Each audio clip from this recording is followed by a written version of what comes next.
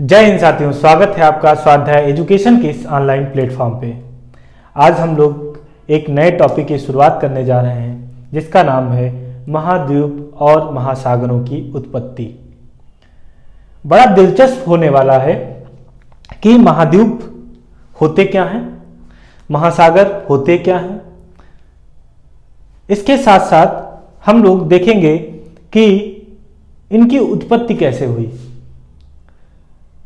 बहुत ही हम लोग एक तरीके से इसको समझेंगे कि महाद्वीप जो है और महासागर जो है आखिर बने कैसे।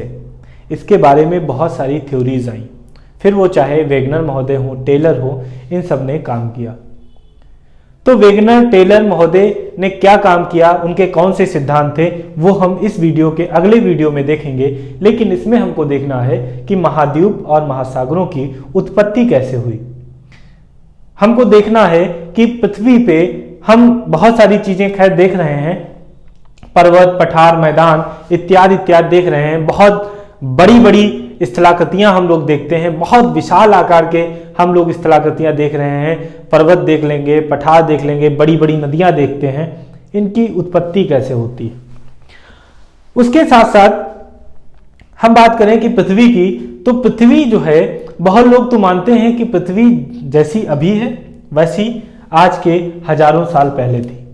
पृथ्वी का इतिहास क्या रहा, क्या पृथ्वी जब बनी तो महाद्वीप और महासागर साथ साथ बन गए, क्या पृथ्वी के बनते ही या पृथ्वी बनी ही नहीं, पृथ्वी जैसी आज दिख रही वैसी ही हमेशा रही।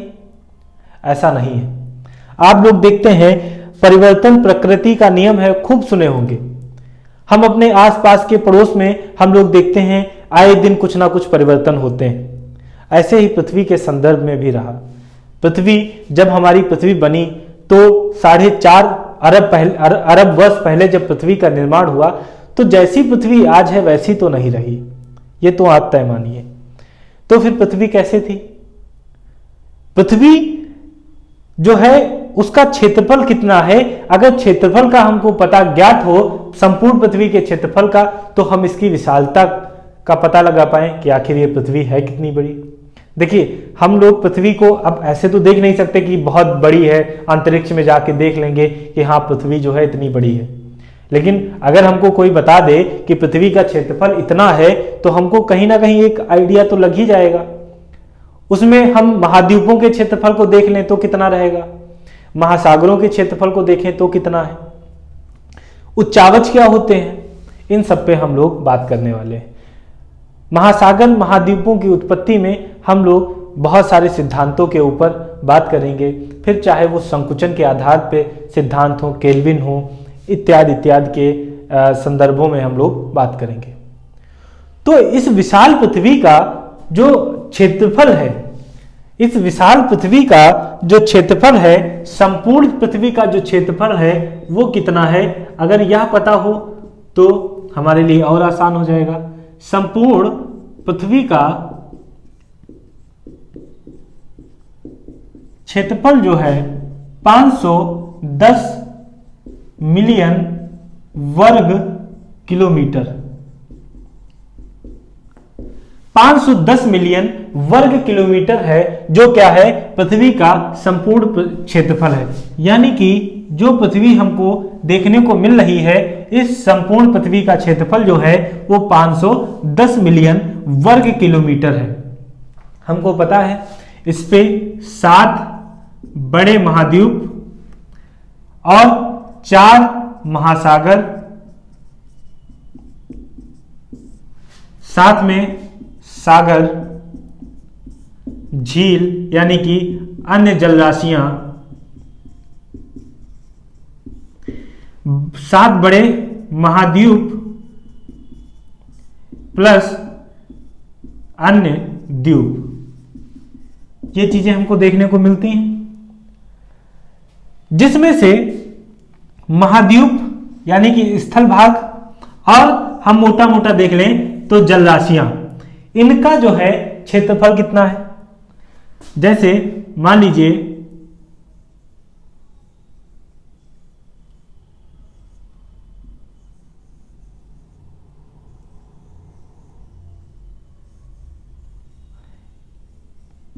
ये आपका रफली जो है वर्ल्ड मैप है। तो मान लीजिए यह जो है हमारा स्थल खंड है, स्थल भाग है, इसका क्षेत्रफल कितना है, महासागर जो है उसका क्षेत्रफल कितना है, महासागर महाद्वीपों का संपूर्ण क्षेत्रफल तो हमको पता है 510 है। लेकिन उससे पहले हम लोग जानेंगे कि महाद्वीप हैं कौन कौन से। तो पहला जो है सबसे बड़ा एशिया, दूसरा जो है अफ्रीका, तीसरा जो है उत्तरी अमेरिका, चौथा हमारा दक्षिणी अमेरिका, पांचवा हमारा यूरोप, छठा हमारा अंटार्कटिका और सातवां हमारा ऑस्ट्रेलिया। ये 7 महाद्वीप हैं। इसके साथ महासागरों की बात करें तो पहला प्रशांत महासागर,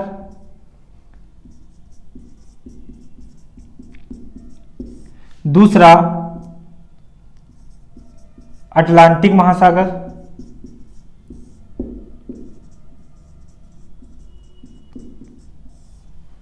तीसरा जो हमारा हो जाएगा हिंद महासागर, चौथा जो हो जाएगा हमारा दक्षिणी महासागर। कुछ लोग आर्कटिक महासागर भी मानते हैं।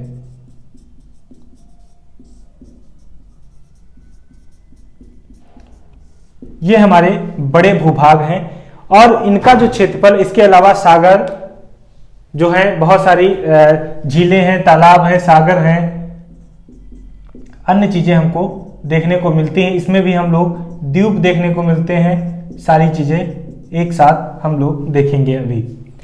तो जो स्थल भाग का जो क्षेत्रफल है वह कितना है? अगर हम बात करें महाद्वीपों की, तो महाद्वीपों का संपूर्ण क्षेत्रफल जो है, महाद्वीपों का क्षेत्रफल जो है वह है 149 मिलियन वर्ग किलोमीटर। 149 मिलियन वर्ग किलोमीटर।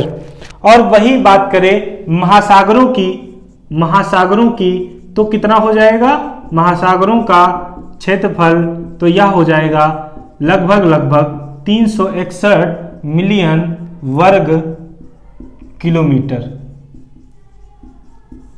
यह हमारा रहा क्षेत्रफल। तो अब आप इसकी विशालता का अंदाजा लगा सकते हैं। इसके बाद अगले क्रम में हम लोग बात करें तो इसके अगले क्रम में बात करेंगे तो एक महोदय हुए सेलसबरी महोदय। एक महोदय हैं सेलसबरी महोदय। सेलसबरी महोदय, सेलसबरी महोदय ने संपूर्ण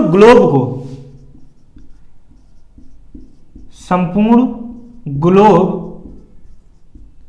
या पृथ्वी कह सकते हैं, संपूर्ण ग्लोब को या पृथ्वी को तीन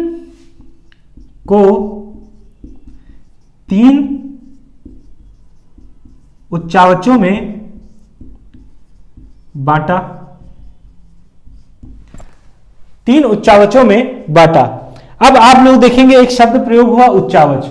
इस उच्चावच का अर्थ क्या है? अगर इस उच्चावच की बात करें तो उच्चावच जो है अपने आप में ही अर्थ स्पष्ट कर रहा है। उच्चावच का अर्थ है कि ऊंचे उठे भाग और नीचे धसे भाग, उन्हीं को उच्चावच कहते हैं। यानी कि ऊंचे नीचे भाग जो हैं उन्हीं को क्या कहेंगे? उच्चावच कहेंगे। तो पृथ्वी को 3 श्रेणियों या 3 उच्चावचों में बांटने का काम किया किसने किया? सेलसबरी महोदय ने। और कब किया? 1919 में। 1919 में जो है सेलसबरी महोदय ने इसको बांटने का काम किया। तो ऊंचे उठे भाग, ऊंचे या तो महाद्वीप के भाग हो सकते हैं, नीचे धसे भाग महासागर के हो सकते हैं। महाद्वीप में भी हमको पर्वत, पठार इत्यादि चीजें देखने को मिल सकती हैं। महासागरी में हमको गर्त, खाइयां, बेसिन इत्यादि देखने को मिल सकता है। तो ये जो ऊंचे और नीचे उठे भाग हैं इनको उच्चावच कहेंगे। और 3 श्रेणियों में बांटा। पहली श्रेणी जो है प्रथम श्रेणी के उच्चावच, प्रथम श्रेणी के उच्चावच। दूसरा जो रहेगा द्वितीय श्रेणी के उच्चावच। तीसरा जो है तृतीय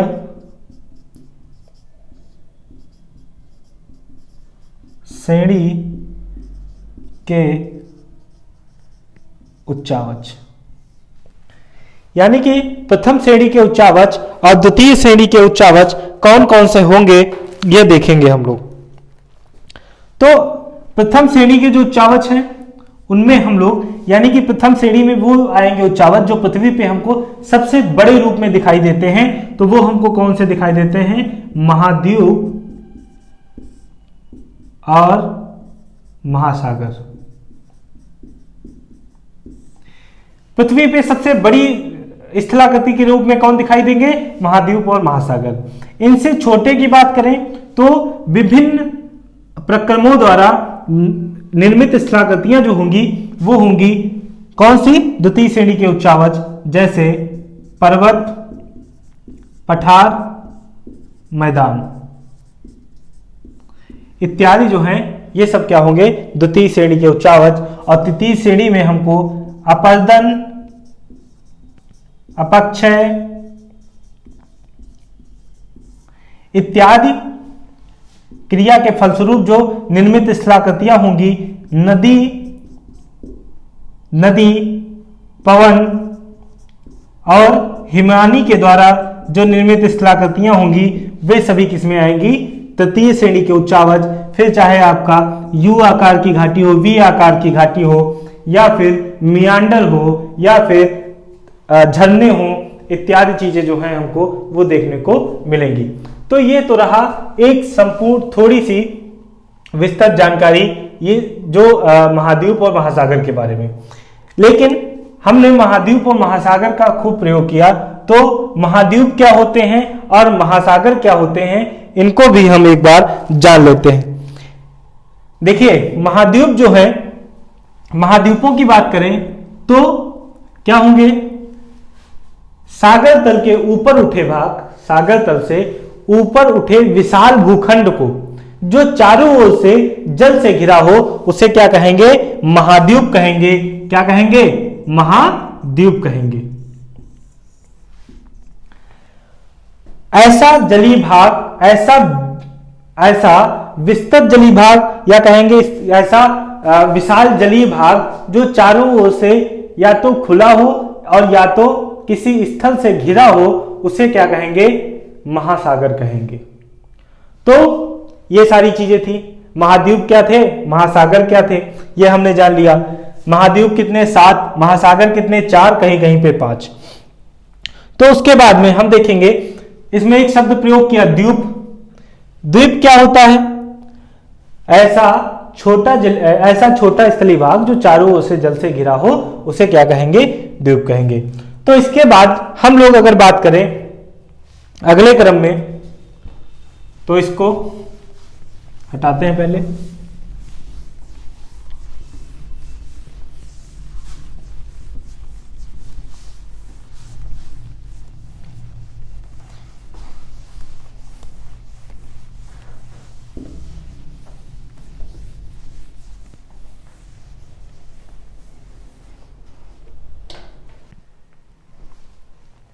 तो हम इनकी अब उत्पत्ति की बात करते हैं। उत्पत्ति की बात करते हैं कि उत्पत्ति आखिर कैसे हुई। तो देखिए महाद्वीप और महासागरों की उत्पत्ति के विषय में बहुत सारे विद्वानों के अलग अलग मत थे, लेकिन इन मतों को अगर सूक्ष्म रूप से देखा जाए तो कुछ के मत तो संकुचन पर आधारित थे, संकुचन पर आधारित थे, और कुछ के मत जो थे वह थे किस पे आधारित, विस्थापन पे आधारित थे, विस्थापन पर आधारित थे। अब यह विस्थापन क्या है, संकुचन क्या है?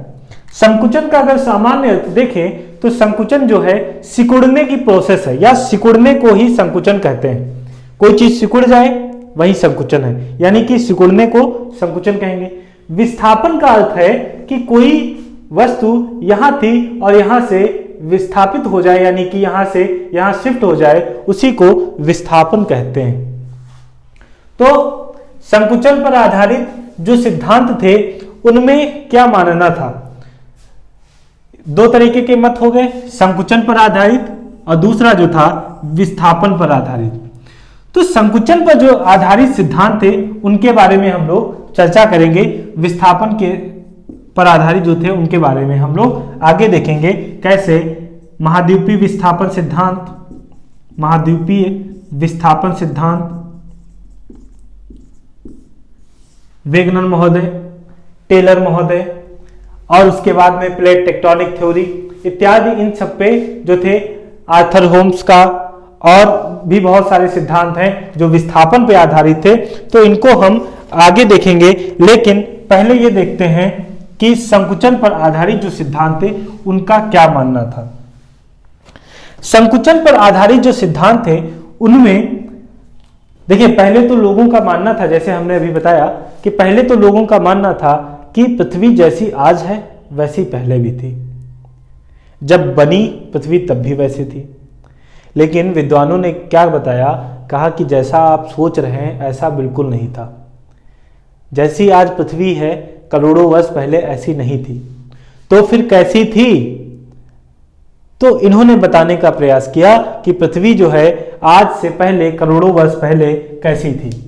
तो संकुचन के आधार पर अगर बात करें तो हम लोग जानते हैं कि पृथ्वी जब बनी तो एक धधकता आग का गोला थी, बहुत धधकते आग का गोला थी, एकदम से धधक रही, इसका टेम्परेचर बहुत ज्यादा था। अब जैसे आपके घर में देखा होगा या नहीं देखा होगा, तो जैसे मान लो आलू है, आलू को आप खूब भूनिए और आलू को भूनने के बाद में देखेंगे वह जो है कहीं ना कहीं से सिकुड़ जाता है। या तो आप पॉलीथीन लीजिए, पॉलीथीन को जलाइए, एकदम से गेंद बना के उसको जलाइए, तो वो कहीं पे सिकुड़ जाएगी, कहीं पे बैठ जाएगी, कहीं पे उठ जाएगी, इस तरीके से वो नजर आती। कुछ ऐसा ही रहा हमारी पृथ्वी के साथ में। पृथ्वी जो थी शुरुआत में धधकता आग का गोला थी, और जैसे जैसे वो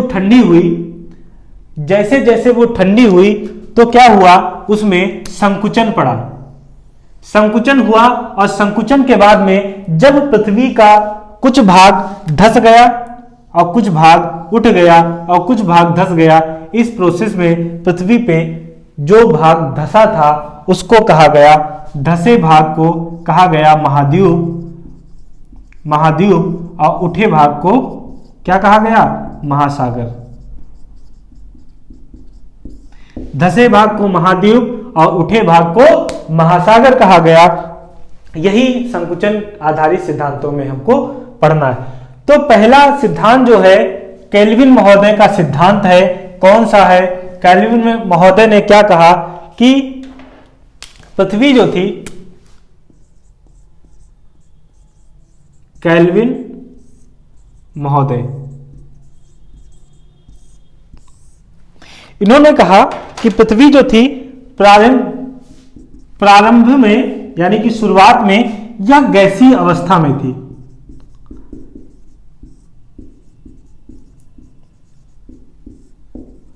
यानी कि पृथ्वी जो थी शुरुआत में कैसी थी, गैसीय अवस्था में थी, और गैसीय अवस्था के बाद में इसमें क्या हुआ, शीतलन हुआ।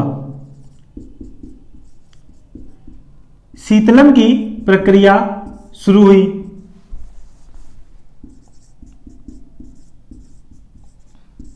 शीतलन की प्रक्रिया शुरू हुई, यानी कि ठंडा होने लगा, पृथ्वी ठंडी होने लगी, और जैसे जैसे ठंडी होने लगी इसके जो आद्य पदार्थ थे, आद्य पदार्थ जो थे यानी कि जो मेटल्स थे वो क्या होने लगे, घनीभूत होने लगे। अब कहेंगे घनीभूत क्या होता है?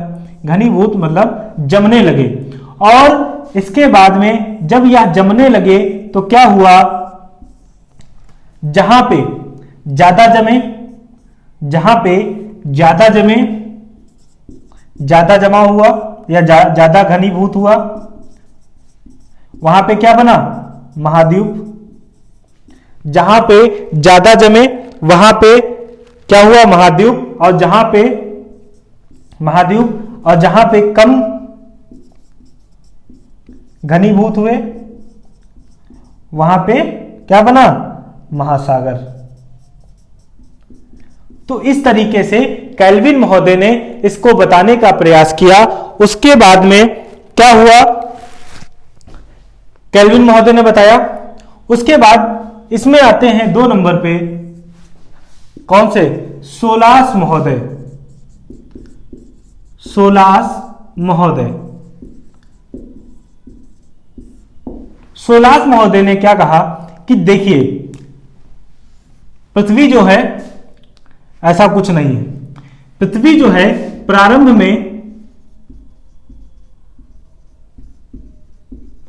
में पृथ्वी तरल अवस्था में थी, तरल अवस्था में थी। अब प्रारंभ में पृथ्वी तरल अवस्था में थी, उसके बाद इस पे वायुमंडलीय दबाव पड़ा, और वायुमंडलीय जब दबाव पड़ा तो जहां पे वायुमंडलीय दबाव ज्यादा पड़ा वहां पे बना महासागर, और जहां पे कम पड़ा वहां पे बने महाद्वीप। तो ये तो रहा सोलास महोदय और केल्विन महोदय। क्या कहा केल्विन महोदय ने और सोलास महोदय ने, ये आप देख सकते हैं। उसके बाद में आते हैं हमारे लोथियन ग्रीन।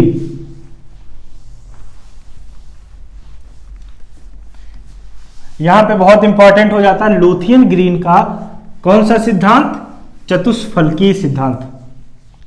देखिए ये सारे सिद्धांत पूछे जाते हैं कि कौन किसका सिद्धांत था, यह भी आपको ध्यान रखना है कि लोथियन ग्रीन का चतुष्फलकीय, लोथियन ग्रीन का चतुष्फलकीय सिद्धांत, लोथियन ग्रीन का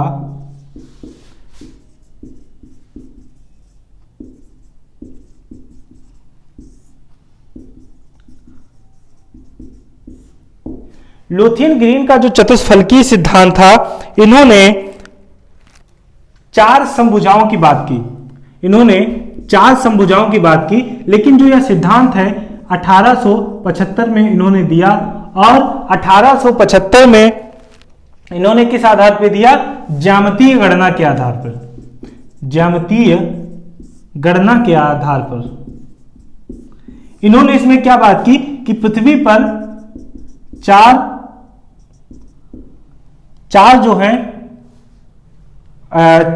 जो है आपके समबाहु त्रिभुज मौजूद हैं, 4 जो हैं समबाहु त्रिभुज मौजूद हैं, और इन चारों समबाहु त्रिभुज के जो ऊपर है, ऊपर महाद्वीप स्थित हैं। ठीक है, इन्होंने क्या बात की कि चतुष्फलकीय सिद्धांत जो था इनका ज्यामितीय गणना के आधार पर था, और इन्होंने चारों शीर्षों पर, त्रिभुजों के चारों शीर्षों पर जो था उन्होंने महाद्वीप की बात की। तो ये तो रहा लोथियन ग्रीन का, लोथियन ग्रीन का चतुष्फलकीय सिद्धांत। अब आगे बात करते हैं। अब इसके बाद में एक विद्वान और आते हैं, लैपवर्थ एवं लव, या 2 विद्वान थे, इनकी संकल्पना क्या थी। लैपवर्थ और लव की संकल्पना में लैपवर्थ का मानना था, किसका, लैपवर्थ का मानना था कि महासागर और महाद्वीपों की जो उत्पत्ति है वो वनन के कारण हुई, वलन के कारण महाद्वीप और महासागरों की उत्पत्ति हुई।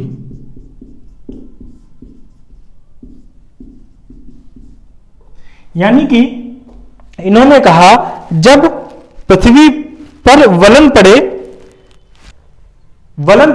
वलन अब कैसे पड़ेंगे, जैसे जैसे पृथ्वी ठंडी हुई, जैसे जैसे पृथ्वी ठंडी हुई इस पे वलन पड़े और वलन के फलस्वरूप अपनतियां और अवनतियां बनी। अब ये अपनतियां और अवनतियां क्या है? देखिए, वलन का मतलब होता है मोड़, वलन का मतलब होता है इस तरीके से मोड़। जो ये उठा भाग होता है इसको अपनति और ये जो नीचे वाला भाग होता है इसको अवनति। तो जो उठा वाला भाग था उसको महाद्वीप कहा और जो धसा वाला भाग था उसको महासागर कहा। तो ये तो रही इसकी लैपवर्थ की बात। लेकिन लव ने क्या किया? गणितीय गणना के आधार पे लव ने गणितीय गणना के आधार पे क्या कहा कि संकुचन जैसे जैसे हुआ गुरुत्वाकर्षण बल लगने पर गुरुत्वाकर्षण बल लगने पर क्या हुआ? धरातल जो है इसमें मोड़ पड़ने लगे, धरातल पर मोड़ पड़ने लगे, जिससे क्या हुआ? अपनति और अवनति बनी और क्या हुआ? महाद्वीप और महासागरों का निर्माण हुआ। इसके अलावा हम लोग देखेंगे कि इसमें देखिए और भी बहुत सारे सिद्धांत आ जाते हैं। तो सारे सिद्धांत आवश्यक नहीं है, लेकिन जो है इसमें हम लोग देखेंगे कि लैपवर्थ लव का हो गया, जेफ्रे का तापीय संकुचन हो जाएगा, जीन्स का सिद्धांत हो जाएगा, जेम्स जीन्स हो जाएगा, जेफ्रे का तापीय संकुचन हो जाएगा, डेली का सिद्धांत हो जाएगा। इस तरीके से सारे सिद्धांत हैं। मोटा मोटा ये सिद्धांत आपको जानना आवश्यक था, इसलिए इन सारे सिद्धांतों की हमने डिटेल में चर्चा की। तो आशा करते हैं, उम्मीद करते हैं कि संकुचन के आधार पर जितने भी सिद्धांत थे आपको बखूबी समझ में आए होंगे और बहुत ही उपयोगी भी आपके लिए साबित होंगे। तो इसके अगले क्रम में हम लोग विस्थापन पर आधारित सिद्धांत, जैसे बहुत इंपॉर्टेंट हो जाती है महाद्वीपीय विस्थापन सिद्धांत, वेगनर का, टेलर का महाद्वीपीय प्रवाह सिद्धांत, इस तरीके से जो सिद्धांत है वो बहुत ज़्यादा इंपॉर्टेंट हो जाएंगे। उनके हम लोग सेपरेट वीडियो हम बनाएंगे। तो वहां से भी काफ़ी ज़्यादा क्वेश्चन बनते हैं, लेकिन क्वेश्चन यहाँ से भी बनते हैं। क्यों? क्योंकि यहीं से आपकी महाद्वीप और महासागरों के पीछे समझ विकसित होगी। तो इसलिए आज के लिए इतना ही, फिर बहुत ज़्यादा लंबा वीडियो हो जाएगा। तो आप बने रहिए स्वाध्याय एजुकेशन के इस ऑनलाइन प्लेटफॉर्म पे। ऐसे ही आपको बहुत महत्वपूर्ण जानकारियाँ मिलती रहेंगी।